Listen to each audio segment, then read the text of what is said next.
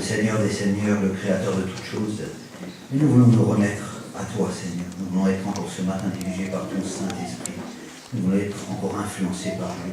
Nous voulons encore connaître ta parole, Seigneur.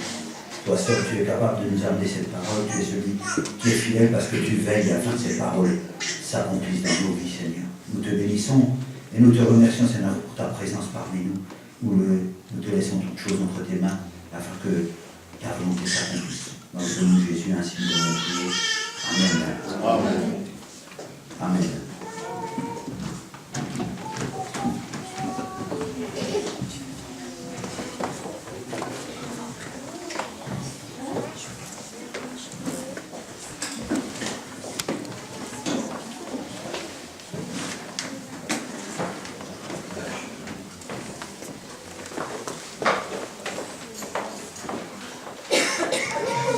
Amen.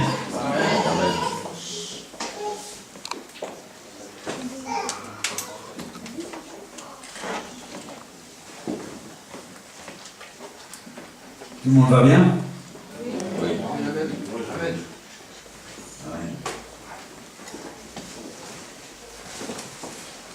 Heureux celui qui lit et ceux qui entendent les paroles de la prophétie et qui gardent les choses qui y sont écrites, car le temps est proche. J'ai pris ce verset qui se trouve, on ne va pas l'afficher, parce que ce n'est pas le thème de notre message de ce matin, qui se trouve dans Apocalypse 1, verset 3. Je l'ai pris parce que ce verset, il nous annonce une nouvelle. Il nous dit que le temps est proche. Je ne sais pas si on réalise toujours que le temps est proche. Vous savez, moi je réalise souvent le temps qui est proche quand je vois quelqu'un que je connais qui meurt. Ça c'est la plus dure réalité. Quand quelqu'un décède qu'on connaît, on est là, on se dit « Ah mince, il n'avait que 50 ans, il est mort. » Ou « Il n'avait que 60 ans, il est mort. » Or ça c'est une réalité qui nous frappe tous les jours quand nous rencontrons des gens qui nous connaissent et qui décèdent. Alors on peut se poser la question, est-ce qu'il a eu le temps? Ou est-ce que la grâce a été suffisante? Ou qu'est-ce qui s'est passé? Or, le seul juge, c'est Dieu qui décide et qui voit toutes choses. Or, la Bible nous dit là, « Heureux celui qui lit et ceux qui entendent les paroles de la prophétie et qui gardent les choses qui y sont écrites, car le temps est proche. » Alors ce matin, je voulais commencer par ce verset parce que je voulais que vous puissiez saisir que ça fait déjà 2000 ans qu'on nous dit que Jésus va revenir. Ça fait déjà 2000 ans. Or, aujourd'hui, il y a des gens qui ne pensent pas que Jésus-Christ va revenir. Parce qu'ils pensaient qu'il allait venir plus tôt. Ils désespèrent. Mais moi, je voulais vous rassurer ce matin. Jésus va revenir. Sauf que Jésus prévient toujours. Vous savez, quand Jésus parle, il prévient dans l'amour. C'est dans l'amour qu'il prévient, pas en disant « fais attention ». Il te prévient que le temps maintenant, il est proche. Or, le temps, on peut le différencier de deux façons. Le premier, c'est le tien, parce qu'il t'appartient, mais Dieu en est le maître. Et le deuxième, c'est celui de la fin des temps où Jésus reviendra. Mais sache ce matin que le temps est proche et que quand le temps est proche, ça veut dire qu'il faut se dépêcher. Ça veut dire qu'il faut être attentif. Ça veut dire qu'il faut regarder et écouter. Nous allons prendre le texte de ce matin. Il se trouve dans Matthieu 4, à partir du chapitre. Matthieu 4, verset 1. Nous pouvons l'afficher, nous pouvons nous lever, on va le lire ensemble.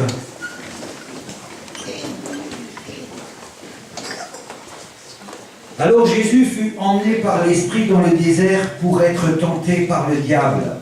Après avoir jeûné 40 jours et 40 nuits, il eut faim.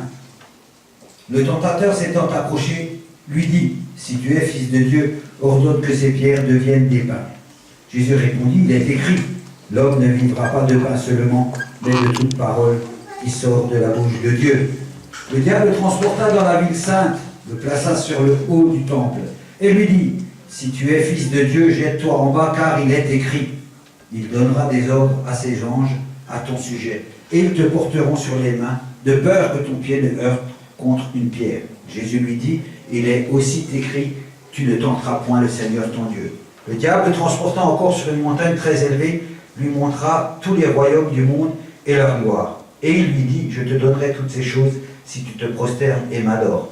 Jésus lui dit, retire-toi Satan, car il est écrit, tu adoreras le Seigneur ton Dieu et tu le serviras lui seul. Alors le diable le laissa, et voici les anges vinrent auprès de Jésus et le servirent. Amen. Amen. Nous pouvons prendre place.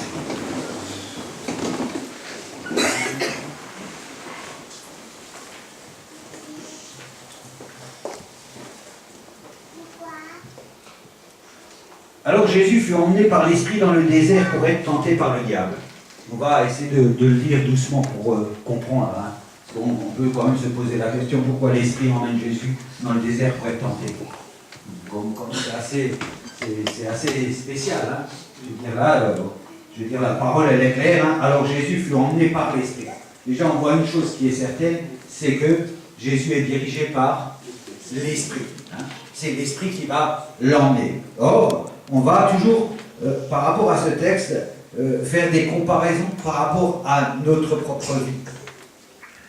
C'est simplement pour démontrer que ce qui arrive à Jésus nous arrive à nous aussi. Or, ce que Jésus est capable de faire, nous sommes aussi capables de le faire. Donc là, on voit une chose qui est assez surprenante, c'est que Jésus, ça se passe, le texte se situe juste peu après que Jésus fut baptisé.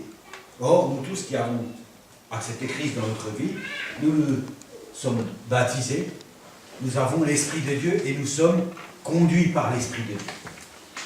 Ça, c'est vraiment un message pour un chrétien. Un chrétien, c'est quelqu'un qui est conduit par l'Esprit de Dieu. Alors, il n'est pas conduit à un seul moment donné de sa vie, il est conduit tout le temps par le Saint-Esprit. Ça, c'est quelque chose qu'il faut bien assimiler. Hein? La Bible va nous dire que nous ne pouvons servir deux maîtres. Or, si nous ne pouvons pas servir deux maîtres, nous sommes au service d'un maître. Or, notre maître, c'est Jésus-Christ, c'est Dieu le Père. Et nous sommes dirigés par le Saint-Esprit. Ça, c'est quelque chose qui est très important à comprendre, parce que je crois qu'aujourd'hui, il y a beaucoup de chrétiens qui sont conduits par la chair et par leur désir et la convoitise. Or là, Jésus est emmené, est poussé par l'Esprit. Si Jésus lui-même est poussé par l'Esprit, nous devons savoir aussi que nous sommes soumis à la tentation. C'est un fait, c'est pas ça arrivera à un ou ça arrivera pas à l'autre. C'est un fait où l'homme, vous avez vu les témoignages de ce matin, quand l'homme a accepté Christ dans sa vie et est conduit par l'Esprit, il est mis à disposition de Satan. Ça peut vous choquer peut-être comme je le dis. Hein. Il est mis à disposition de Satan. Ça veut dire que, vous savez quoi? Il a changé de camp. Quand quelqu'un appartient à Jésus-Christ, il vient de changer de camp. Il vient de dire à Satan, voilà, j'ai changé de camp, je ne t'appartiens plus, je ne suis plus sous ta domination, je me place sous le sang de Jésus-Christ. Il vient de changer de camp. Or, si Satan l'attaque, Satan ne l'attaque pas quand il est dans son camp. Il l'attaque seulement quand il change de camp. Or, vous tous qui avez accepté Jésus-Christ, vous avez accepté de changer de camp. Vous avez refusé de vous soumettre à Satan. Or, qu'est-ce qu'on entend souvent? Que c'est difficile, on est dans la souffrance, on n'y arrive pas. Or, la Bible affirme absolument le contraire de ce que le chrétien peut penser. Or, quand nous avons changé de camp, ça commence, les attaques commencent. Vous savez, je ne sais pas si vous avez des plaisirs dans la vie, mais je connais certaines personnes qui aiment bien les péchés. Il y en a d'autres qui sont passionnés par l'automobile. Il y en a qui sont passionnés par le football. Mais vous ne connaissez peut-être pas la passion de Satan. Celle-là, vous ne la connaissez pas. La passion de Satan, c'est de détruire l'homme qui sert Dieu. C'est sa passion. Ça veut dire qu'il en éprouve du plaisir. Il en éprouve un désir et une joie. Il ne vit que pour détruire l'œuvre de Dieu. Or, quand nous avons changé de camp, nous devenons l'œuvre de Dieu.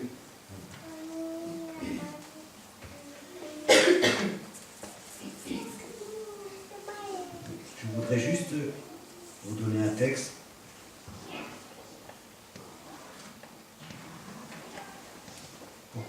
qu'on reste bien en phase, qui se trouve dans 1 Corinthiens, peut-être que 1 Corinthiens 6, verset 19. Je voudrais vous montrer ce que la Bible dit, qu'est-ce qui s'est passé. 1 Corinthiens 6, verset 19, il est dit, « Ne savez-vous pas que votre corps est le temple du Saint-Esprit qui est en vous, que vous avez reçu de Dieu et que vous ne vous appartenez point à vous-même. » C'est-à-dire qu'à ce moment-là, il s'est passé quelque chose. Il s'est passé qu'on a donné notre vie à Jésus-Christ. La Bible a dit, ici, « Ne savez-vous pas que votre corps est le temple du Saint-Esprit qui est en vous, que vous avez reçu de Dieu et que vous ne vous appartenez point à vous-même. » Ça veut dire que là, il faut prendre conscience que quand on a changé de clan, on ne s'appartient plus. On a donné notre vie à Dieu. On a donné notre vie à Dieu. Elle ne nous appartient plus. Ce qui signifie que nous ne sommes plus les maîtres de notre vie. Quand on a donné la vie à quelqu'un, ça veut dire que ce quelqu'un décide de notre vie. Or, vous pouvez faire le constat, combien de fois vous êtes redevenu le maître de votre vie. On redevient le maître de notre vie quand on n'est plus sous l'influence du Saint-Esprit. Quand on n'est plus sous l'influence du Saint-Esprit, on redevient notre propre maître. Et on fait ce qu'on veut, quand on veut, où on veut, comme on veut. Et quand on a assez de faire ce qu'on veut, comme on veut, où on veut, et que tout ça, ça ne marche pas, on s'humilie de nouveau sous la main puissante de Dieu. Et à ce moment-là, l'Esprit de Dieu revient en nous, et nous faisons encore quelques semaines comme ça, et après on va retourner voir ailleurs si ça se passe bien. Et en fait, la vie du chrétien, c'est, il se balade entre un clan et l'autre clan.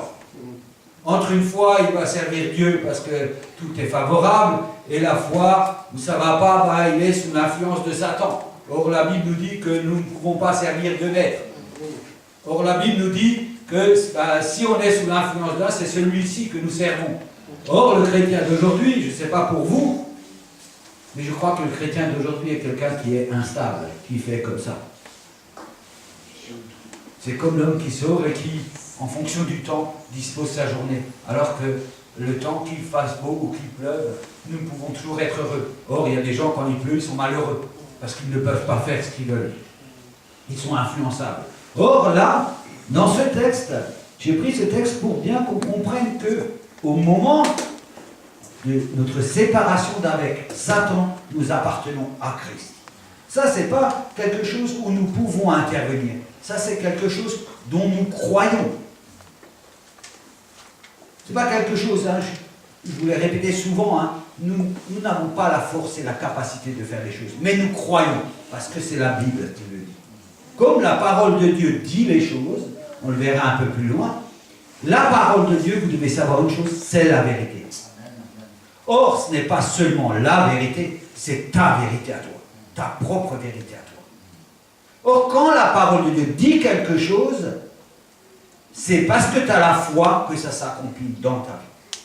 Ce n'est pas parce que tu peux ramer ou faire quelque chose que ça s'accomplit. Ça s'accomplit parce que tu en prends possession. Tu peux que en prendre possession par la foi.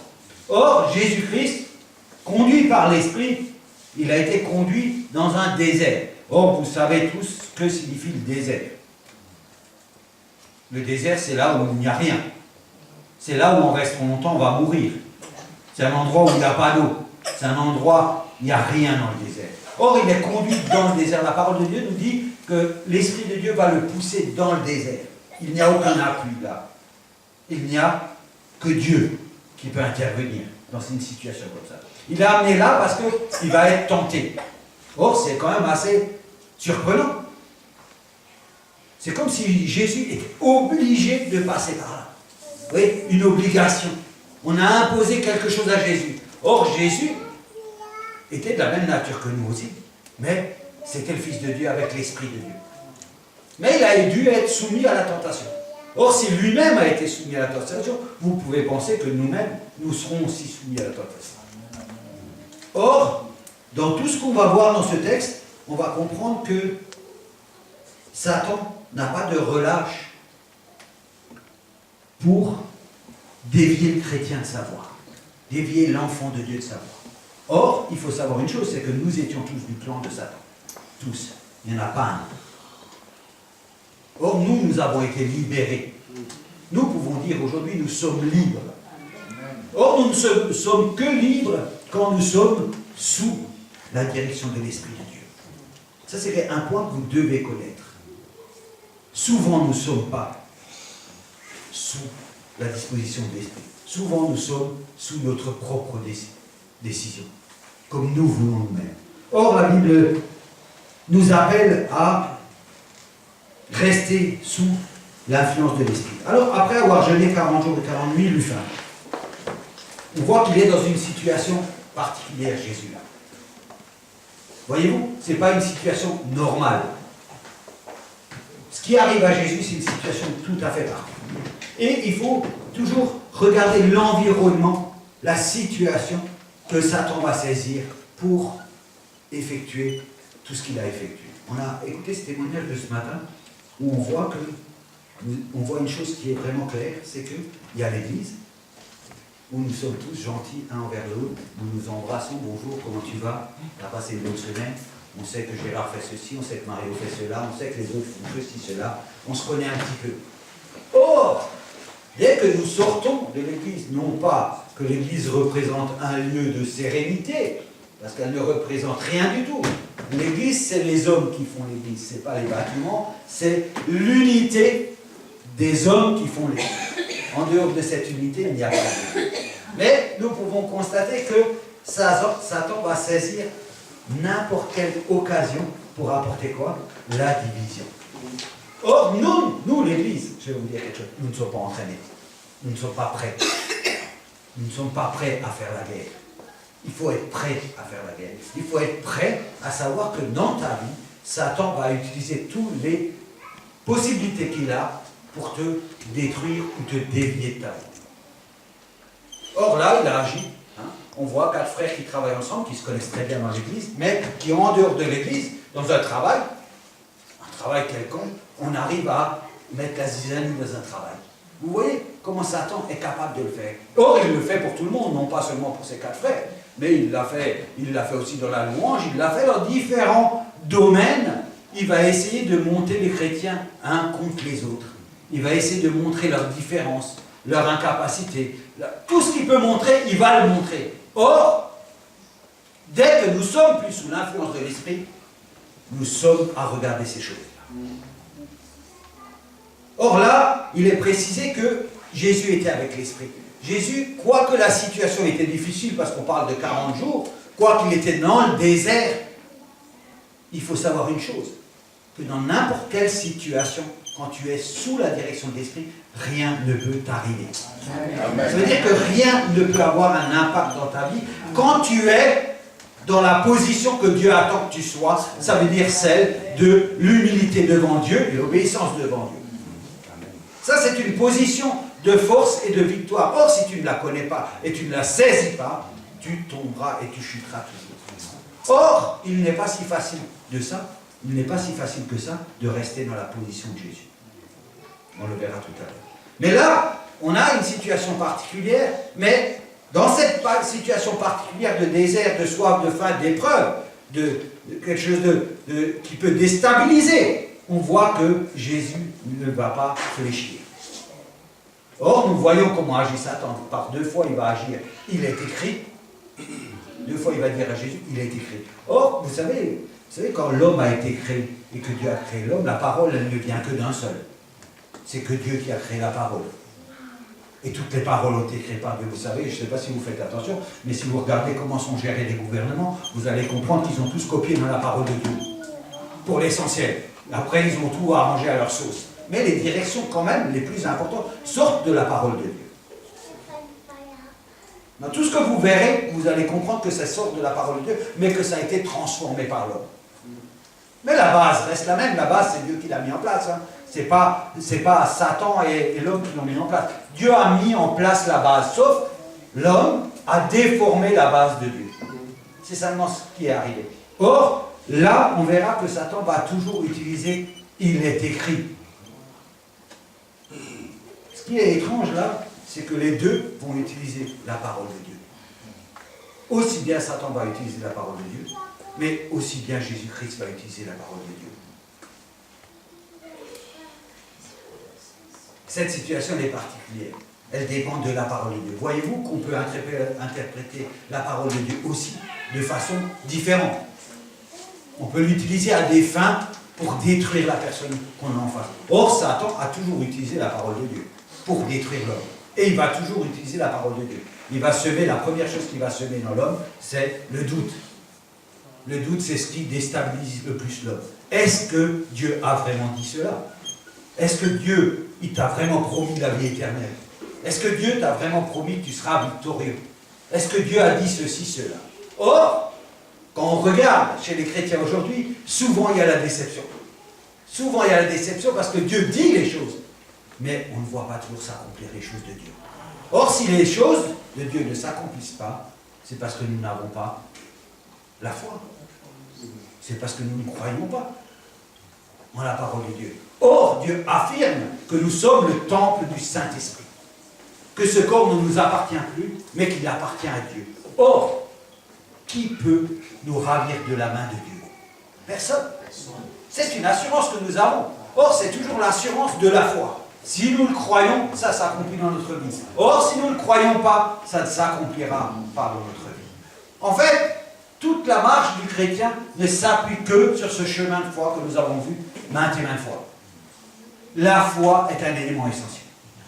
Nous allons poursuivre. Alors, ce texte, c'était pour mettre en lumière que quand on arrive dans le camp de Dieu, Dieu prend soin de chacun d'entre nous. Vous devez savoir que Dieu a le souci de prendre soin de chacun de nous. Il y a une première chose que vous devez savoir, c'est que Dieu a la victoire. Dieu a gagné. Dieu a vraiment gagné la bataille. Il n'y a pas de bataille. Parce que la bataille, elle est gagnée. Elle est gagnée comment? Par Jésus-Christ sur la croix. Or, l'homme, lui, a la possibilité de gagner cette bataille. Parce que Dieu l'a gagnée à sa place. Et Dieu aimerait que cet homme puisse gagner cette bataille. En fait, l'histoire de ce monde et de ta vie, c'est ça. Quand tu acceptes Jésus-Christ, tu dois avoir la foi. C'est dans la foi que se gagne la bataille. Or, le chrétien d'aujourd'hui a besoin d'être armé. Alors, on va regarder un tout petit peu plus loin. On va prendre Éphésiens.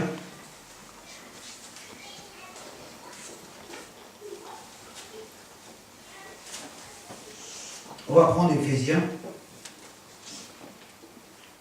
chapitre 6, à partir du verset 10. Au reste, fortifiez-vous dans le Seigneur et par sa force toute puissante. Revêtez-vous de toutes les armes de Dieu afin de pouvoir tenir ferme contre les ruses du diable.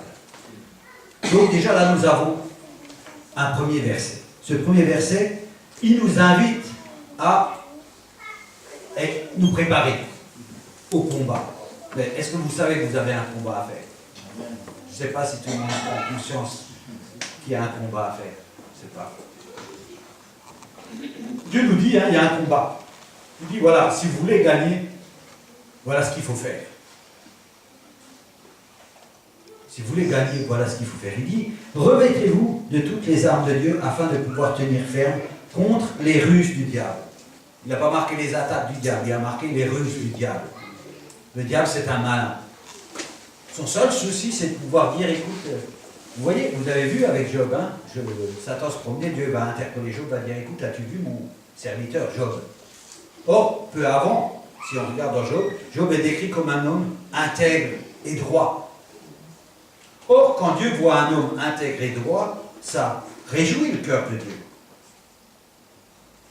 Or, quand Satan attaque quelqu'un, que ce soit moi ou vous tous, vous savez qu'est-ce qu'il fait? Il va dire, ah mais tu as vu, Mario là, mon serviteur qui prêche le dimanche matin, tu as vu ce qu'il fait là le lundi? Tu as vu ce qu'il fait le mardi? Tu as vu ce qu'il fait ceci, cela? C'est ça le plan de Satan. C'est de détruire l'homme. Non seulement nous ne voyons pas toutes les phases qui se passent, mais il revendique. Il va tous les jours attaquer pour dire, voilà, les enfants qui t'appartiennent, voilà ce qu'ils font. Est-ce que c'est vraiment tes enfants? Or, Dieu voudrait que nous soyons préparés. Il dit, car nous n'avons pas à lutter contre la chair et le sang, mais contre les dominations, contre les autorités, contre les princes de ce monde, de ténèbres, contre les esprits méchants dans les lieux célestes. C'est pourquoi, prenez toutes les armes de Dieu, afin de pouvoir résister dans le mauvais jour, et tenir ferme après avoir tout surmonté. Il dit de résister dans le mauvais jour. Quel est donc le mauvais jour? Le mauvais jour, c'est le jour où Satan commence à s'attaquer à toi. C'est ça le mauvais jour. Et à tenir ferme après avoir tout surmonté. Tenez donc ferme, ayez à vos reins la vérité pour ceinture. Est-ce que quelqu'un sait ce que c'est la vérité pour ceinture? On va essayer de voir ce que c'est les armes de Dieu. On va peut-être pas aller voir profondément, mais on va voir le début. Qu'est-ce que c'est la vérité? Parce que vous savez, la Bible dit, mon peuple meurt par manque de connaissance. Hein? Vous y croyez à ça? Vous croyez que vous mourrez par manque de connaissance? Et vous pensez que vous vivrez si vous avez la connaissance? Pardon? Est-ce que vous pensez que vous vivrez si vous avez la connaissance? Hein? Personne ne répond. Or, si vous avez la connaissance, vous allez mourir. Comme si vous n'avez pas la connaissance, c'est pareil. Or, la Bible ne se trompe pas quand elle dit mon peuple meurt par manque de connaissance. Mais, si on n'a que la connaissance, elle ne sert à rien. Parce que la Bible dit aussi, ne vous bornez pas à écouter la parole de Dieu, mais mettez-la en pratique. Or, la connaissance qui n'est pas utilisée ne sert à rien. Même si vous avez toute la connaissance du monde, elle ne vous sauvera pas. La seule connaissance qui vous sauve, c'est celle que vous allez mettre en pratique. C'est la connaissance que vous avez entendue et que vous allez appliquer. Celle-là, elle peut vous faire quelque chose. Mais la connaissance, elle ne sert à rien. La Bible dit aussi, c'est comme un homme qui se regarde dans un miroir et 5 minutes après, il a oublié les formes de son visage. La connaissance, ça ne sert à rien. Si je vous dis une chose et vous ne l'appliquez pas, si Dieu nous dit une chose et on ne l'applique pas, on aura beau avoir toute la connaissance du monde, rien ne va changer. Or, la connaissance, elle est importante si nous utilisons la connaissance. Or, la connaissance, c'est de savoir qu'est-ce qu'est la vérité. Or, la vérité, notre frère, il a dit qu'on pardonne, c'est une arme. Or, la vérité, c'est une arme. Mais qu'est-ce que c'est donc la vérité? La vérité, c'est la parole de Dieu. C'est ça, la vérité. Ça reste quand même assez simple. On est d'accord que dans tout ce qu'il y a dans la parole de Dieu, c'est la vérité. Mais la vérité, c'est quoi encore? Il dit, tenez donc ferme, ayez à vos reins la vérité pour ceinture. Revêtez la cuirasse de la justice. La vérité. Vous savez, la Bible, elle parle d'une seule chose. Si vous lisez votre Bible, vous allez voir une seule chose. Vous allez voir Jésus-Christ. Vous allez toujours voir Jésus-Christ. Partout où vous lisez la Bible, vous allez trouver Jésus-Christ. La vérité, bien entendu, c'est la parole de Dieu. Or, la vérité, c'est ce qu'annonce la parole de Dieu. Qu'est-ce qu'elle annonce, la parole de Dieu, comme vérité? Qui va nous aider à marcher tous les jours? Cette vérité, c'est que Jésus-Christ est mort sur la croix pour nos péchés. Vous savez, la vérité, c'est pas seulement toute la parole. La vérité, c'est ce qui est pour toi. Qu'est-ce qui est pour toi? La vérité, aujourd'hui, c'est que tu n'appartiens plus à Satan, c'est que tu appartiens à Jésus-Christ. C'est ce que dit la parole de Dieu. La parole de Dieu, elle te dit que tu es sauvé, que tu es libre, que tu es en Jésus-Christ. La vérité, c'est ça. La vérité, c'est que personne ne peut t'atteindre. La vérité, c'est que tu es à l'abri dans les mains de Dieu. La vérité, c'est que tu as la vie éternelle. C'est ça la vérité. La vérité, c'est que Jésus-Christ est mort sur la croix à ta place. Ça, c'est la vérité. Or, cette vérité, si je mets une ceinture avec 15 Bibles, ou si je mets une ceinture avec un panneau, et je mets la ceinture de la vérité, ça ne sert à rien. Ce que je dois savoir, moi, de la vérité, c'est que Jésus-Christ m'a sauvé. Ça, c'est ma vérité qui m'accompagne tous les jours. Ça, c'est ma connaissance. Ma connaissance, c'est de savoir que Jésus-Christ est mort sur la croix pour mon péché. Vous savez, Dieu, quand il a créé l'homme, l'homme a péché. Qu'est-ce qu'il a fait Dieu? Il a condamné l'homme, il a dit, tu vas mourir. C'est ce qu'il a dit. Or, l'homme meurt. Mais, Dieu parlait pas seulement de la mort physique, mais il parlait de la mort spirituelle. Or, Dieu nous aime. Il a envoyé quelqu'un pour nous sauver, qui a pris la condamnation à notre place. Regardez, si je lis là, tenez donc ferme, ayez à vos reins la vérité pour ceinture. Revêtez la cuirasse de la justice. Qu'est-ce donc la cuirasse de la justice? La justice, est-ce que c'est la parole de Dieu? La justice, est-ce que c'est Dieu? Qu'est-ce qu'est la justice? D'ailleurs, pourquoi on emploie le mot justice? La justice, c'est quand il y a quoi? Quand c'est qu'on fait appel à la justice? C'est quand il y a une transgression, quand il y a une infraction. La justice est liée à la loi. S'il n'y avait pas de loi, il n'y aurait pas de justice. Mais la justice, on ne peut pas dire que c'est la parole de Dieu. Et on ne peut pas dire que la justice, c'est Dieu. Mais la justice, pourquoi elle est importante dans notre vie de tous les jours? La justice, pourquoi? Parce que nous devons respecter le feu rouge. Parce que nous devons payer les impôts. Pourquoi on a besoin de cette justice tous les jours? Ça, c'est une armure qu'on a besoin tous les jours. La justice. C'est quoi donc cette justice qui est une arme? La justice, c'est parce qu'il y a eu une condamnation. À un moment donné, il y a eu une condamnation. Dieu a condamné parce que l'homme a péché. La justice, c'est que quelqu'un a pris la place de cette condamnation. Ça veut dire que Jésus-Christ a pris notre place. Il a payé le prix. Il est devenu justice pour nous, Jésus-Christ, parce que lui a payé le prix. C'est ça la justice. Ça, c'est quelque chose que tu dois savoir dans ta vie de tous les jours. C'est que quelqu'un a pris la place. Parce que Satan va tous les jours venir te dire que tu es dans le péché, que tu es dans ceci, cela. Or, toi, tu dois pouvoir proclamer que quelqu'un a pris ta place. Qu'aujourd'hui, tu n'es plus sous l'influence de la condamnation. Parce que quand tu appartiens à Jésus-Christ, la condamnation n'est plus pour toi parce que la condamnation est tombée sur Jésus-Christ. Or, ça, c'est une arme très forte parce qu'il ne peut pas t'accuser. Il ne peut pas t'accuser. Or, il te fait douter en t'accusant, en regardant ta situation, en regardant ce que tu fais, il va venir et il t'accuse. Or, non, il ne peut pas t'accuser. C'est pour ça que tu dois revêtir la vérité, tu dois revêtir la justice. Mettez pour chaussure à vos pieds le zèle que donne l'Évangile. Qu'est-ce que donc le zèle? Voyez-vous, si on reprend le verset, on va reprendre Matthieu 4.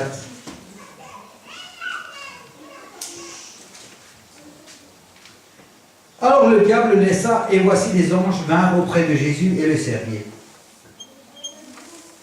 Jésus, ayant appris que Jean a été livré, se retira dans la Galilée, il quitta Nazareth et vint demeurer à Capernaum, situé près de la mer, dans le territoire de Zabulon et Nephtali, afin que s'accomplisse ce que avait été annoncé par Ésaïe le prophète. Je ne vais pas le dire tout, hein. Mais dès que Jésus est parti de cette situation, est sorti de cette situation, qu'est-ce qu'il a fait Jésus-Christ? Il est allé simplement prêcher la parole de Dieu. Je vais dire un truc un peu bizarre, hein. Il est allé s'occuper. Voilà. Il est allé s'occuper. Il n'était pas statique. Il n'est pas resté dans cette position. Or, quelqu'un qui est statique, quoi qu'il appartienne à Dieu, c'est la pire position. Quand on est statique, quand on n'a rien à faire, on est encore plus vulnérable. Or, Jésus-Christ, là, nous montre que, après cette tentation, lui, il est parti travailler. Non pas travailler à faire quelque chose. Il est parti s'occuper de l'œuvre de Dieu. Or, l'homme qui veut être gardé, il doit être zélé pour Dieu. Il ne doit pas être statique. Il doit marcher. Le zèle, hein, les chaussures du zèle, le zèle, c'est une envie. C'est le vouloir. Le zèle, c'est saisir l'opportunité. Le zèle, c'est pas quelque chose, c'est quelque chose de fort qui nous emmène à faire quelque chose. Or, le zèle, pourquoi le zèle avec les chaussures? Parce que les chaussures avancent. Quand tu mets des chaussures, c'est pour avancer. Or, le zèle, c'est ce qui doit équiper chaque chrétien. Le zèle, ça te permet d'être dans l'esprit et dans la volonté de Dieu, dans ce qui est agréable à Dieu, parce que ça t'emmène à servir Dieu. Si tu as la vérité, on l'a dit, c'est la parole de Dieu. La vérité, c'est ce que Dieu dit pour toi. C'est ce que Dieu annonce pour toi. Il t'annonce la bonne nouvelle, il te dit que tu es sauvé, que tu as la vie éternelle. Personne ne doit te l'enlever. C'est ton espérance. La justice, c'est que quelqu'un a pris la place. Ta place. Tu devais mourir. Or, Jésus est venu, il a pris ta place. Tu n'as plus aucune condamnation parce que tu vis en Christ. Or, celui qui vit en Christ ne peut pas être condamné. Or, Satan va toujours t'influencer pour te condamner. Dans n'importe quelle situation que tu feras, vous savez, il y a des gens, je prends un exemple, il y a des gens dans l'église ici, je ne vais pas nommer, mais il y a des gens qui, il y a des gens qui le dimanche, ils prennent la Sainte Seine. Hein? Et d'autres dimanches, ils ne prennent pas la Sainte Seine. Et puis, 2-3 dimanches après, ils prennent de nouveau la Sainte Seine. Puis des fois, ils ne prennent pas la Sainte Seine. Alors, je me pose toujours la question, mais qu'est-ce qu'il arrive? Pourquoi il y a des fois où on ne prend pas la Sainte Seine? Et pourquoi des fois on prend la Sainte Seine? Il y a quelque chose qui doit se passer qui est anormal. Parce qu'une fois qu'on prend la Sainte Seine, on prend toujours la Sainte Seine. Parce que je ne vois pas que le symbole il est changé d'un dimanche à l'autre. Je ne vois pas que Jésus-Christ n'est pas mort d'un dimanche à l'autre. Je ne vois pas tout ce qu'on raconte sur la Sainte Seine, je ne peux pas le comprendre que d'un dimanche à l'autre ça a changé. Or, si tous les éléments-là n'ont pas changé, c'est que dans l'homme il y a quelque chose qui a changé. Dans l'homme qui prend la Sainte Seine, il y a quelque chose qui a changé. Ça veut dire que, je présume que celui qui ne prend pas la Sainte Seine le dimanche, il doit avoir une semaine pourrie avec Satan. Et il se dit, j'ai tellement péché que, ah non, c'est abominable de prendre la Sainte Seine. Dieu va me tuer sûrement. Je pense qu'il doit se dire ça, hein. Il doit se dire, ah, c'est une catastrophe. Ah, mais hier j'étais en boîte, ou j'ai fait ceci, ou j'ai fait, oh, je sais quoi. Certaines églises vous enseignent ça, en fait. Oui, mais nous, on n'enseigne pas ça. Exactement. Nous, on n'enseigne pas ça. Nous, on enseigne que la Sainte Seine, quand on est en Christ, on prend la Sainte Seine. Si le samedi, tu as fait ce que tu as fait, tu l'as fait. Oh, c'est une grâce de pouvoir faire le samedi tout ce que tu as pu faire, et le dimanche de prendre la Sainte Seine. Amen. C'est une grâce. Or, les gens n'ont pas compris. Quand ils sont culpabilisés, ils ne prennent pas la Sainte Seine. Ils la laissent de côté. Non, non, je prends le sang de Jésus quand je suis pur. Ça, c'est l'indépendance. Vous savez, quand j'ai eu une bonne semaine, que j'ai bien prié, que Dieu m'a bien gracié, tout ça, je prends ma Sainte Seine et je bois parce que là, je suis dans la meilleure position grâce à moi. Or, c'est pas ça, la Sainte Seine. La Sainte Seine, c'est l'humilité devant Dieu. Amen. Vous savez, quand moi je prends la Sainte Seine, je dis Dieu, fais grâce de tous les péchés que j'ai commis. Je bois cette Sainte Seine tous les dimanches de ma vie. Depuis le jour où je suis baptisé, je prends la Sainte Seine, je ne refuse jamais la Sainte Seine. Ça serait en désaccord avec ma foi en Christ. Ça serait un désaccord. Mais quoi qu'il ait pu arriver, je prendrai toujours la Sainte Seine. Parce que j'honorerai toujours ce Dieu qui me pardonne et qui me l'a. Jamais dans ma vie, je pourrais attendre de moi-même que je sois dans la meilleure position. Or, dans la meilleure position, je suis toujours quand je suis en Christ. Et non pas quand moi-même je me sens bien.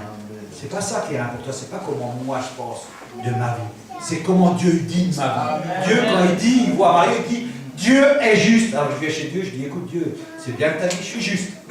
Mais tu vois, toutes les choses que je n'ai pas faites. Il m'a dit, si moi je dis que tu es juste, c'est que tu es juste. Parce que quand Dieu regarde, vous voyez, quand Dieu regarde, hein, il regarde comme ça. Et qu'est-ce qu'il voit? Il voit Jésus-Christ sur la croix.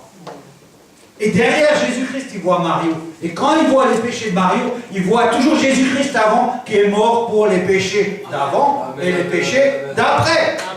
Or, si Dieu lui dit que je suis juste, qui es-tu toi pour me condamner dans la salle? Es-tu plus grand que Dieu? Quoi que je fais, tout ce que je peux faire, si Dieu décide que je suis juste, tu n'as rien à dire. Or, tu n'as rien à dire parce que tu es un chrétien.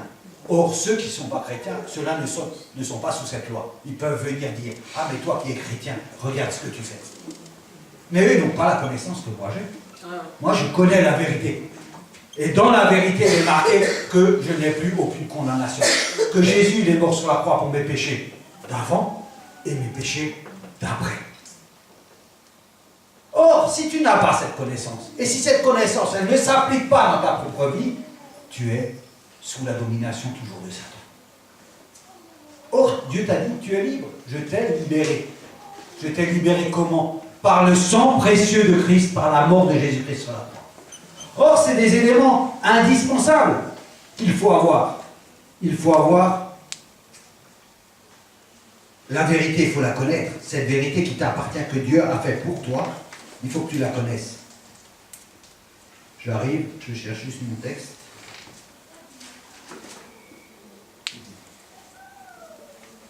Voilà. Donc il y a la vérité, la justice, le zèle. Je continue parce que je veux m'arrêter, je ne veux pas aller trop loin. Alors là, il y a quelque chose qui est assez bizarre aussi, hein, l'évangile de paix. Prenez par-dessus, par-dessus. Vous savez ce que c'est par-dessus? C'est par-dessus. C'est au-dessus. Et il y a les choses, et c'est au-dessus. Hein. C'est comme quand je prends une armoire, je mets une paire de chaussures, et au-dessus, je mets une boîte. C'est au-dessus. Là, il dit, prenez par-dessus tout cela le bouclier de la foi. Par-dessus. Voyez-vous où il se situe? D'abord, nous avons la vérité. Nous avons la justice, nous avons le zèle. Et après seulement, nous avons le bouclier de la foi. Le bouclier de la foi avec lequel vous pourrez éteindre tous les traits enflammés du malin. Le bouclier de la foi, c'est par-dessus. C'est, on a la vérité, on a la justice, on est zélé, là on n'a pas tout. Maintenant, il faut avoir le bouclier de la foi. Le bouclier de la foi, c'est l'arme absolue. C'est l'arme absolue. C'est ce qui arrête Satan. Là, il y a marqué avec lequel vous pourrez éteindre tous les traits enflammés du malin. Ça veut dire que le bouclier de la foi, ça arrête Satan, net.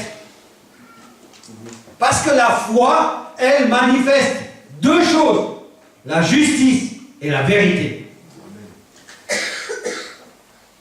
Pourquoi elle manifeste? Parce que quand on a la vérité et la justice, il faut qu'il y ait la foi. Or, s'il n'y a pas la foi, quoi que tu aies la vérité, la justice, tu n'arrêtes pas Satan. Mais parce que tu as la foi, parce que tu crois dans la vérité et la justice, alors tu arrêtes Satan. Or, c'est un élément indispensable pour la marche d'un chrétien.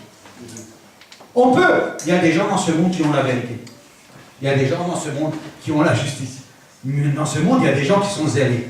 Or, la différence entre le monde et nous, c'est la foi. Parce que nous croyons dans la vérité qui est la parole de Dieu. Or, il y a des gens qui croient aussi dans des vérités qui leur appartiennent. Et je ne vais pas m'étendre sur le sujet, mais même eux, en croyant à leur vérité, ils ont de la réussite dans leur vérité. Parce que la foi, c'est un mystère. La foi n'appartient pas qu'aux chrétiens. Mais là, on ne demande pas d'avoir la foi du monde. Vous savez, il y a des gens qui se lèvent le matin. Hollande, je vais prendre Hollande. Vous savez, à 14 ans, qu'est-ce qu'ils pensaient Hollande? Qu'est-ce que vous croyez qu'ils pensaient Hollande à 14 ans? À 16 ans? À 18 ans? Qu'est-ce que vous croyez qu'il y avait dans sa pensée, dans sa tête? Pardon? Ouais. Ben ouais. Et Chirac? Et Sarkozy? Et vous savez, ces gens-là, qu'est-ce qu'ils ont fait? Ils sont devenus présidents. Non? Mais vous ne savez pas ce qu'ils ont fait pour devenir président. Vous ne savez pas les alliances qu'ils ont menées. Vous ne savez pas tous les engagements qu'ils ont pris. Et il y a une chose qui est sûre. Parce qu'ils ont cru, ils sont présidents. Ah, ils ont cru eux aussi qu'ils allaient être présidents. Et je vous garantis qu'ils avaient la foi. Hein. D'ailleurs, vous allez demander à Juppé s'il ne croit pas d'être président demain. Ou à Fillon s'il ne croit pas d'être président demain. Vous allez faire un interview. Mais est-ce que tu crois que tu vas... Mais c'est sûr que je vais être président. Parce que ce mec-là, il a la foi. Mais pas la même foi que nous. Nous avons la foi dans la vérité et la justice de Dieu. De Jésus-Christ notre Sauveur. Celle-là, elle dépasse toutes les fois. Vous savez, la Bible, si vous lisez bien la Bible, vous allez comprendre qu'il y a plusieurs vérités, qu'il y a plusieurs justices, qu'il y a plusieurs foi. La Bible va nous avertir. Hein? Vérifiez tous les esprits. Parce qu'il y a plusieurs esprits. Il n'y a pas que l'esprit de Dieu, hein, il y a plusieurs esprits. Or, nous devons être attentifs. Alors, je continue. Prenez aussi le casque du salut. Ah, ça c'est un mystère. Pourquoi on prend le casque du salut? Le casque du salut. Ça, tout le monde le sait.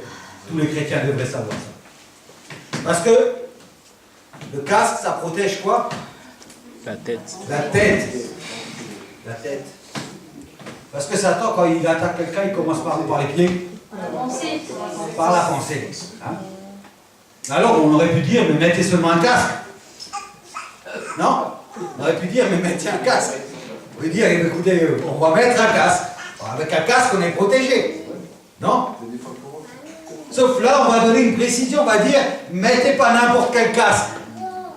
Mettez le casque du salut. Ça, c'est la conviction qui vient après la foi. Vous savez, quand on a la foi, on ne peut plus mettre un autre casque. Quand on a la foi, le seul casque qu'on peut mettre, c'est le casque du salut. Parce que nous sommes sauvés, on ne peut pas en mettre un autre. Impossible, il ne rentre pas. Il n'y a que la dimension pour le casque du salut. Or, le casque du salut, c'est... La foi est une ferme assurance. des choses qu'on espère et une démonstration de celles qu'on ne va pas. Or là, on a passé un cap, on est rentré dans la foi. La foi, c'est l'assurance du salut. La foi, c'est l'assurance de la promesse. La foi, cette foi-là, vous ne la verrez pas s'accomplir dans ce monde-là. Jamais de la vie. La foi que vous avez, que vous allez être ressuscité en Jésus-Christ, vous allez l'expérimenter au moment où Jésus revient. C'est à ce moment-là. C'est pour ça que la Bible va toujours nous amener à persévérer jusqu'à la fin. Or, il y en a plein qui sont morts, qui n'ont pas obtenu les promesses que je vous avais dit. Parce que ces promesses-là dépendent du futur. Pour là, Dieu va nous dire, mettez maintenant le casque du salut. Ça veut dire, ayez l'assurance que vous êtes sauvés. Ça, c'est quelque chose que tu dois marcher tous les jours avec. Parce que dans ce monde, il y a tellement d'instabilité, il y a tellement de choses qui peuvent t'amener à douter de ton propre salut. Aujourd'hui, un jour, on fera une expérience. Je vais demander à quelqu'un, à tout le monde, si vous êtes vraiment sauvés. Vous savez, quand on commence à parler du salut, je suis sûr qu'il y a quelques personnes, ou peut-être un peu plus, qui vont se mettre en doute et dire, ah, c'est vrai, est-ce que je suis vraiment sauvé? Et vous imaginez quelqu'un qui arrive devant vous comme ça, que vous ne connaissez pas, qui dit, mais est-ce que tu crois que tu es sauvé? Vraiment, est-ce que tu es sauvé, papa? Tu es sauvé? Oui ou non? Tu ne sais pas? Ah. Vous vous rendez compte, c'est grave, on ne sait pas. Et c'est pas le pire quand on ne sait pas. Le pire, c'est quand on croit savoir et que quelqu'un vient te dire, est-ce que tu es vraiment sauvé? Et que là, tu mets en doute. Moi, tout le monde peut me poser la question. Hein. Dans n'importe quel chiffre, la seule réponse que j'ai dit, il a dit que si je l'accepte, je suis sauvé. Je suis sauvé. Amen. Moi, je ne me pose pas sur mon raisonnement. Je me pose sur la vérité. La vérité, c'est quoi? C'est la parole de Dieu. La parole de Dieu, elle dit, celui qui proclame de son cœur et qui croit que Jésus-Christ est ressuscité, il est sauvé. Il ne dit pas, la Bible ne dit pas, celui qui fait le bien est sauvé. Et la Bible n'a pas dit, celui qui ne vole pas, qui arrête de voler est sauvé. Non, non, non, non. Il y a des voleurs qui vont être sauvés. Il y a des meurtriers qui vont être sauvés. Et il y a des gens tout à fait extraordinairement bien qui n'auront jamais rien fait de leur vie, qui ne seront pas sauvés. Or, moi, je fais partie des gens qui sont sauvés. Amen. Et des gens qui ne remettent pas en question la parole de Dieu. Parce que remettre en question la parole de Dieu, c'est un danger pour la personne. Or, si Dieu a dit une chose, la chose que Dieu a dit, elle va s'accomplir dans ta vie. Est-ce qu'elle s'accomplit dans la tienne? Ça, c'est à toi de voir. Mais il va dire, prenez aussi le casque du salut et l'épée de l'esprit. Alors ça, c'est la dernière chose qu'on a mis dedans. Hein. Parce que c'est tellement puissant qu'on n'arrive pas à la porter. En fait, on la laisse par terre, parce que c'est trop lourd. Parce que c'est trop lourd. Vous savez, l'épée de l'esprit, peu de gens ont l'épée de l'esprit. Vous savez où ils la laissent? Dans un étui à la maison. Parce qu'ils ne peuvent pas la porter. Vous savez pourquoi ils ne peuvent pas porter l'esprit, l'épée de l'esprit? Parce qu'ils ne servent pas Dieu fidèlement. Quand on ne sert pas Dieu fidèlement, on ne peut pas porter cette épée, elle devient trop lourde. Pour porter cette épée, il faut rentrer dans tous les critères. Parce que cette épée, c'est une arme destructrice, ça détruit tout. Mais tout. Parce que vous ne connaissez pas assez votre parole. Vous savez, quand Dieu a parlé, il a dit, il voulait créer la terre, alors il a parlé. Il n'a pas pris une pelle et une brouette pour créer la terre. Non, il n'a pas planté des arbres. Il a dit, et la chose s'est accomplie. Or, nous avons été créés à l'image de Dieu, comme Dieu, pareil. Vous savez quoi? Il nous a donné le même pouvoir. Si on dit, la chose s'accomplit. Mais vous ne croyez pas. Vous savez pourquoi vous ne croyez pas ça? Je vais vous dire pourquoi vous ne croyez pas ça. Non, non, je vais vous dire pourquoi vous ne croyez pas ça. Je vais vous dire pourquoi. Parce que, aujourd'hui, la parole n'a plus aucune valeur. Aucune valeur, la parole. Les gens disent n'importe quoi tous les jours. Vous écoutez toutes les paroles vaines dont les gens vont être jugés. Oh là là. Je crois que ça va durer une éternité, le jugement. Si tout le monde doit être jugé pour chaque parole qu'il a dit. Or, la parole n'a plus de valeur. Or, nous, la parole nous enseigne une chose, que votre oui soit oui, et que votre non soit non. Toute parole au-dessus de ça vient du malin. C'est la Bible qui dit pas moi. Or, si nous comprenions cette parole, nous allons apprendre que quand une parole, elle sort, elle vient de Dieu et qu'elle s'accomplit. Parce que Dieu veut que ça soit comme ça. Dieu veut que l'homme, quand il dise une chose, il faut que la chose s'accomplisse. Or, quand on dit une chose, même dans les choses chrétiennes, ah viens mon frère, je vais prier pour toi, tu vas être guéri. Je la pose les mains, tu vas être guéri, ne lève pas. Une semaine après, tu n'as pas été guéri, c'est pas grave, viens, je reprends. On ne se pose pas la question pourquoi il n'est pas guéri. Or, Dieu dit que nous avons le pouvoir.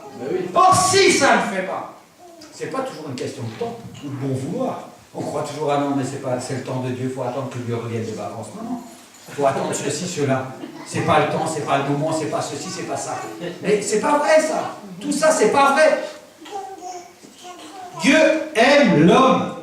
Il a donné toutes choses à l'homme pour que les choses s'accomplissent. Non pas pour que ça s'accomplisse dans le temps de Dieu.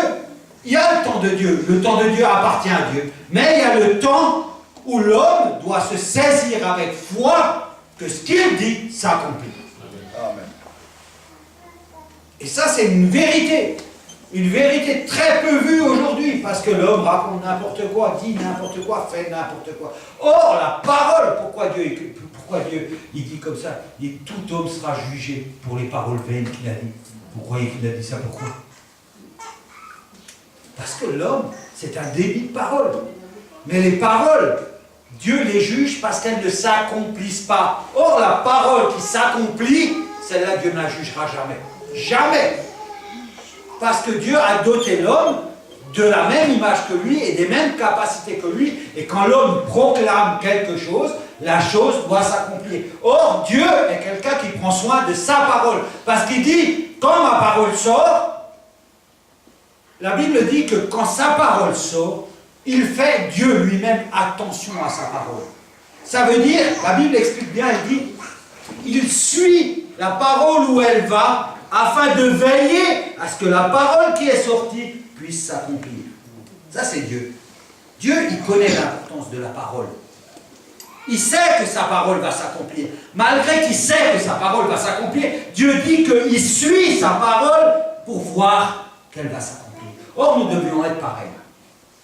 Or, nous prions, nous proclamons, nous disons plein de choses, nous ne vérifions pas, nous n'attendons pas, nous ne nous attendons pas à ce que ça arrive. Les choses n'arrivent pas, c'est normal, parce que entre le moment où la parole est sortie et elle doit s'accomplir, personne n'a veillé qu'elle s'accomplisse. Il y a le doute qui s'est installé, il y a plein de choses qui se sont installées qui fait que cette parole, elle tombe.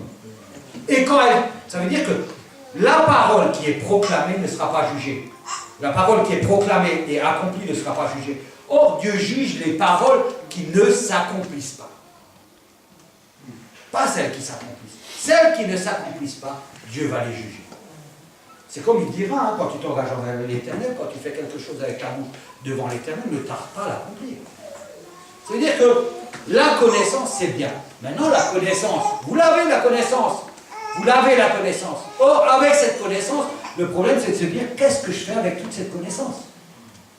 Comment je vais l'utiliser? Comment je vais l'appliquer dans ma vie? Or, si Dieu a pris la peine de nous révéler que nous devions être armés pour sortir, vous avez déjà vu quelqu'un sortir en hiver en sous-vêtements? Si vous voyez demain à moins 30 un gars en sous-vêtements dehors, vous allez vous poser, vous allez dire quoi? Qu'est-ce que vous allez dire? La première idée, c'est quoi? Pardon? Ouais, moi je me dis pas ça. Moi je me dis il est fou. D'abord je me dis il est fou. Il va mourir, ça c'est sûr. Mais d'abord la première chose, quand je le vois dehors comme ça en sous-vêtements, je dis ah celui-là il est fou. Or Dieu, quand nous, il nous voit sortir sans tout ça, il se dit il est fou. Dieu il dit pas il est fou. Il pleure. Mais Satan dit ils sont fous, ils ne connaissent pas. C'est ça la vérité. La vérité, c'est ça. Ça veut dire que le mec, vous emmenez, il sort en hiver à moins 30, ça veut dire qu'il n'a plus aucune réflexion, qu'il n'a rien vu, qu'il ne considère rien. Or, nous devons savoir que le temps est proche. La première chose, c'est que le temps est proche. Or, ne te fie pas sur le temps du monde. Tu n'es pas le maître du monde, ni du temps et ni des circonstances. Mais fie-toi sur ton temps à toi. Parce que ton temps à toi, il a une limite qui est beaucoup plus courte que celle du monde. Or, dans le temps que Dieu t'a donné, c'est une grâce. C'est une grâce. Dans ce temps-là, veille que... Tu sais, moi j'ai eu aussi 19 ans, un jour je me suis retourné, j'avais 50 ans. Maintenant je regarde derrière, je me dis, mais j'ai rien fait. Mais toi, tu as 19 ans, tu te dis, ah non, il y a encore des conneries, Mario, j'ai encore le temps. Sache que le temps te rattrape plus vite que tu crois. Oui, mais sois en paix, ça arrive plus vite qu'au... Donc tu as le temps. Aujourd'hui, tu as le temps, parce que Dieu donne la grâce. Maintenant, de ce temps-là, utilise-le à bon escient. Ça veut dire qu'aujourd'hui, si tu es chrétien, si tu crois en Jésus-Christ, appuie-toi sur ce Dieu-là. Parce que ce Dieu-là, il a la vérité, il a la justice, il va t'équiper de tout ce qu'il faut. Dieu lui-même fait la promesse. Or, sois toujours humble sous la main de Dieu pour recevoir tout ça. Afin que tu sois disponible pour travailler à l'œuvre. Or, quelqu'un qui ne travaille pas, c'est quelqu'un qui est soumis à plus de tentations que celui qui travaille. Celui qui travaille dans l'œuvre de Dieu, c'est quelqu'un qui tous les jours s'appuie sur l'Éternel. C'est celui qui est vivant, c'est celui qui marche, qui ne s'arrête pas. Cette vérité, elle agit dans sa vie, dans ses membres. C'est celui qui peut utiliser la parole de Dieu avec force et puissance pour changer les circonstances. Or, aujourd'hui les chrétiens, ils sont faibles. Ils ne réfléchissent plus. Ils vont dans le monde, se promener dans le monde, croyant qu'ils peuvent faire et changer le temps et les circonstances. Or, dans ce monde-là, il faut avoir des équipements spéciaux. Je ne vois pas partir des gens sur la Lune sans oxygène. Non. C'est pareil. C'est-à-dire qu'un chrétien qui est dans ce monde, qui a saisi la vérité, il ne peut pas affronter le monde d'aujourd'hui sans avoir l'équipement que Dieu lui a dit de mettre. Or, cet équipement-là, il ne se procure seulement dans l'humilité devant Dieu. On ne peut pas on peut pas le prendre, on ne peut pas le voler, on ne peut pas s'en saisir comme ça. Il faut s'humilier sous la main puissante de Dieu pour être au bénéfice de cette arme. Beaucoup de gens ont la vérité, ils ne peuvent pas l'utiliser. Beaucoup de gens ont la justice, ils n'arrivent pas à leur fin. Beaucoup de gens sont zélés, mais pas pour Dieu. Beaucoup de gens ont la foi, mais pas la même que Dieu. Il y a beaucoup de gens qui ont tous ces artifices. Or, nous devons les avoir de Dieu. C'est Dieu qui les donne. C'est Dieu qui les donne à celui qui est obéissant, celui qui se soumet. Dieu l'équipe. L'équipe pour un travail, pour rester fidèle. Oh, vous savez comme moi qu'aujourd'hui les chrétiens, c'est des gens qui font ça. Or, ce matin, si vous devez écouter ce message, c'est pour que vous soyez comme ça. Pas comme ça. Regardez, simplement, Jean-Jacques l'a parlé, simplement du pardon, on a parlé. Vous ne savez pas qu'un mec qui ne pardonne pas, il est mort? Vous ne connaissez pas la Bible. La Bible dit que si tu ne pardonnes pas, Dieu non plus ne te pardonne pas. Non, mais ça appartient pas à Dieu, c'est trop sévère. Non, non. À côté, on met dans Dieu est amour. Non, non, Dieu n'est pas amour. Non, non, non. Dieu n'est pas amour. Dieu aime l'homme qui lui obéit. Là, il est amour. Mais Dieu n'est pas amour. Il ne faut pas dire des choses qui ne sont pas. Parce que Dieu est amour, oui, il aime tout le monde. Oui, c'est une vérité. Bien entendu que Dieu est amour. Mais au prétexte de ne pas pardonner parce que Dieu est amour, là, Dieu n'est plus amour. Parce qu'on utilise un faux prétexte. Or, si Dieu nous pardonne, nous aussi, nous devons pardonner aux autres. Or, si nous ne pardonnons pas, c'est un handicap dans notre vie. Comment vous voulez qu'on avance? Comment vous voulez avancer dans notre vie si le pardon vous empêche? Moi, j'ai un voisin, là. Je vous raconte, après je m'arrête. Mon voisin à côté, on s'entendait très bien. Alors, on s'entendait très bien, et un jour, on ne s'est plus entendu, parce qu'il m'a dit, je l'ai traité de con. Il m'a dit, ouais, tu m'as traité de con, je te parle plus. Ok, moi, je n'avais pas souvenir qu'il m'avait traité de con. Mais, ça fait quand même 10 ans que c'est comme ça. Or, je ne me sens pas culpabilisé, pour dire. Mais or, le pasteur Daniel est venu me voir, il m'a dit, ah, Mario, toi, tu es un homme de Dieu, même si tu ne lui as pas dit que tu es un con, tu devrais aller voir et lui demander pardon. Ah ouais, j'irai. Sébastien, mon frère, est venu un jour, il m'a dit, Mario, écoute, il faut que tu ailles lui demander pardon. Si tu es faible, je viens, je t'accompagne. Et je ne vous raconte pas, c'est successif. À ce jour, ça fait 10 ans que je n'ai pas encore demandé pardon. Pas encore demandé pardon. Or, le mieux à faire, c'est d'aller lui demander pardon, parce que peut-être celui-là, il va être touché par la grâce de Dieu. Or, j'empêche Dieu de réaliser son œuvre. Vous voyez, j'empêche Dieu de réaliser son œuvre. Or, je termine la boucle pour que vous compreniez bien. Or, quoi que je sens que j'empêche Dieu de terminer, ça ne m'empêche pas de prêcher ici dimanche. Je ne mets pas en doute la parole de Dieu par rapport à mon sujet. C'est pas parce que je suis en infraction aujourd'hui, par exemple, que la parole de Dieu devient inefficace dans ma vie. Mais je persévère parce que Dieu doit me donner encore la force de faire ce que je dois faire. Et je garde l'espoir d'aller lui demander pardon de façon à ce que les situations soient rétablies. Mais je peux comprendre comment c'est difficile de demander pardon à quelqu'un. Je peux saisir. Et de surcroît, quand on se souvient et qu'on dit effectivement j'ai commis telle et telle chose.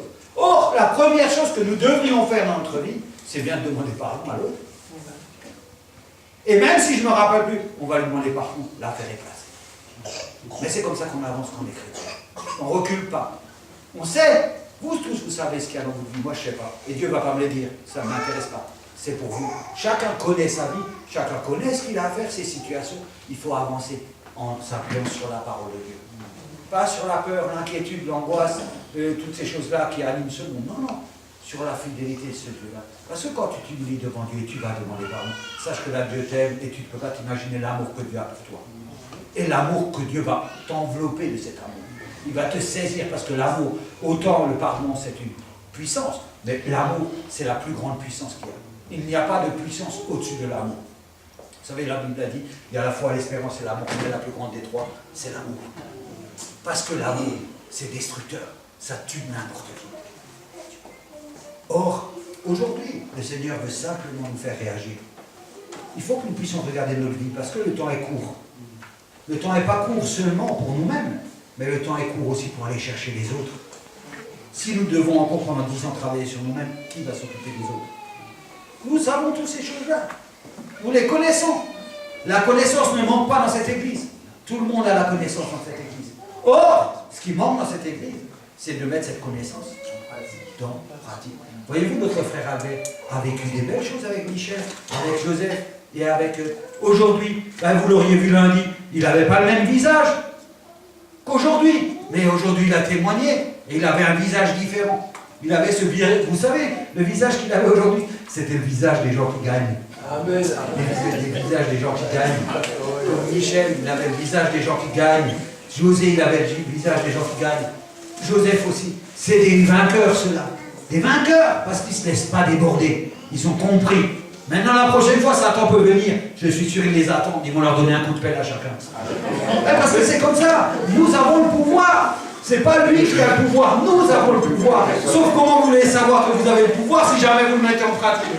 Comment vous voulez savoir si la situation n'arrive pas? Il faut que la situation elle arrive pour que vous voyez que vous ayez le pouvoir. Non, on l'a toujours dit. Il faut sauter dans l'eau. Si vous êtes au bord, vous n'allez pas nager. Hein. C'est dans l'eau qu'on nage. Or, nous, on est tous sur le bord. Mais au bord, tu écouteras le prof, hein, tu écoutes le prédicateur, il t'explique comment nager. Allez, nage comme ça, et pendant des années, il t'explique comment nager. Sauf que pour vraiment nager, il faut être dans l'eau. Hein. Alors, tu seras sûrement nager. Savoir comment on nage, tu sauras le faire. Mais tu n'auras jamais d'expérience. Et le jour où tu tomberas dans l'eau, tu vas paniquer. Or, le Seigneur nous encourage à être des gens armés avec les armes de Dieu, parce que ce qu'il y a dehors, c'est très fort. Il ne faut pas le sous-estimer. Mais il faut savoir que si nous utilisons les armes que Dieu nous a données, nous serons toujours vainqueurs. Amen. Toujours vainqueurs. Et c'est en cela que je vous encourage. Et cette semaine, j'espère que vous allez avoir plein d'épreuves pour mettre en application la parole de Dieu, afin que vous puissiez voir comment Dieu est puissant à travers vous-même. Vous devez avoir des épreuves, vous devez avoir des difficultés. Jésus aussi avait des difficultés. Jésus était dans le désert, Jésus était tout seul, il n'avait pas mangé depuis 40 jours. Aucun problème. Si Jésus l'a fait, nous avons le même esprit que Jésus. Amen. Ça veut dire que Jésus a tout disposé pour que nous puissions être comme lui. Parce que le seul désir, hein, vous le chantez tous les dimanches, je veux ressembler à toi, Jésus. Ben, c'est l'occasion cette semaine que vous ayez des problèmes dans vos vies, parce que dans les problèmes, Dieu est la solution. Vous les voir et avoir. Parce que la victoire, quand on en a une, on en veut deux, on en veut trois, on en veut quatre, on en veut cinq. Parce que la victoire, ça suscite des intérêts, du zèle, et ça profite à Dieu et ça glorifie notre Seigneur. Amen. Amen. Bonne semaine à tout le monde. Que le Seigneur vous bénisse et vous garde.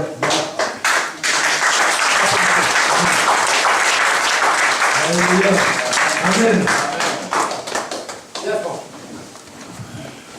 Bien. Encore 5 minutes. Alors, juste 5 minutes. Pour appuyer donc le message que vous avez compris, juste avant de partir, je vous demande juste 2 minutes d'attention. Alors je demande Romains chapitre 6, versets 15 à 23. On va les lire ensemble. C'est une parole qu'il faudra méditer cette semaine par rapport au message que vous avez entendu. Donc Romains chapitre 6, versets 15 à 23.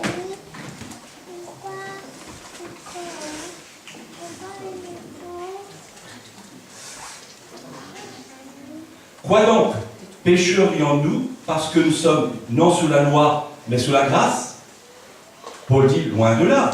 C'est pas parce qu'on a accepté Jésus, on est sous la grâce, qu'on doit se comporter comme avant.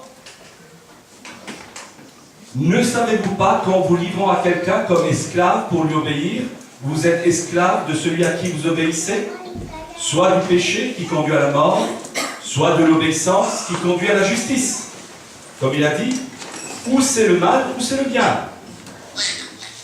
Mais grâce soit rendue à Dieu de ce que, après avoir été esclave du péché, vous avez obéi de cœur, non pas d'intelligence, mais avec le cœur, à la règle de doctrine, c'est-à-dire à la parole de Dieu, dans laquelle vous avez été instruits.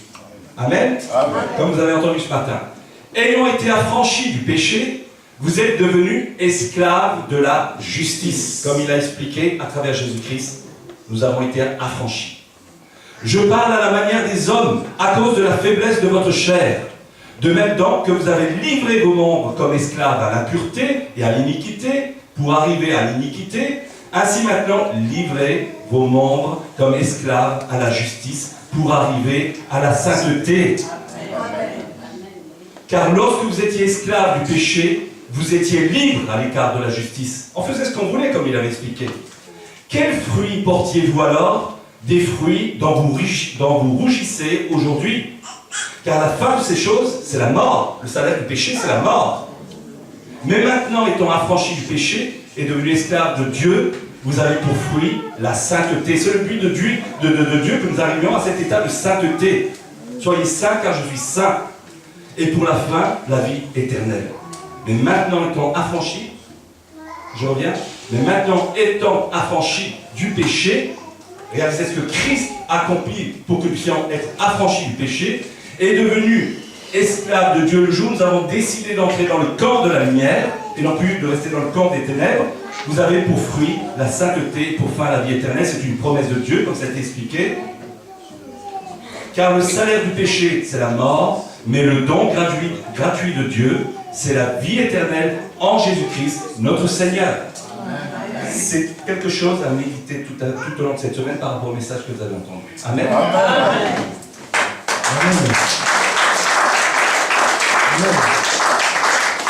Vous avez tous reçu une parole ce matin qui est le mot pardon. Ne prenez pas ça à la légère. Parce qu'un jour j'ai reçu une parole de la part de quelqu'un, le mot pardon. Je devais pardonner à quelqu'un ce que j'ai fait le jour même, voire le soir même. Les premiers témoins. Et je n'ai pas dit que de être pardonné. Je n'ai pas dit quoi? Le simple mot de dire pardon, ça a eu une totale délivrance à ma femme. Elle était totalement libérée des esprits sataniques. Totalement. Parce que j'ai dit pardon. N'oubliez pas, ce matin, elle a dit pardonnez. N'attendez pas pour le faire. Frère Mario, n'attends pas pour le faire. N'attends pas. C'est sérieux. N'attends pas. Fais-le. Parce que tu peux libérer quelqu'un. Dis pas pourquoi. Voisin, pardonne-moi. C'est tout. Point barre. Et pour tout le monde pareil. Le monde. Papa, tu es sauvé. Amen. Moi je le crois. Amen. Amen. En fait, tout le monde est sauvé. Non? Amen, mon gars.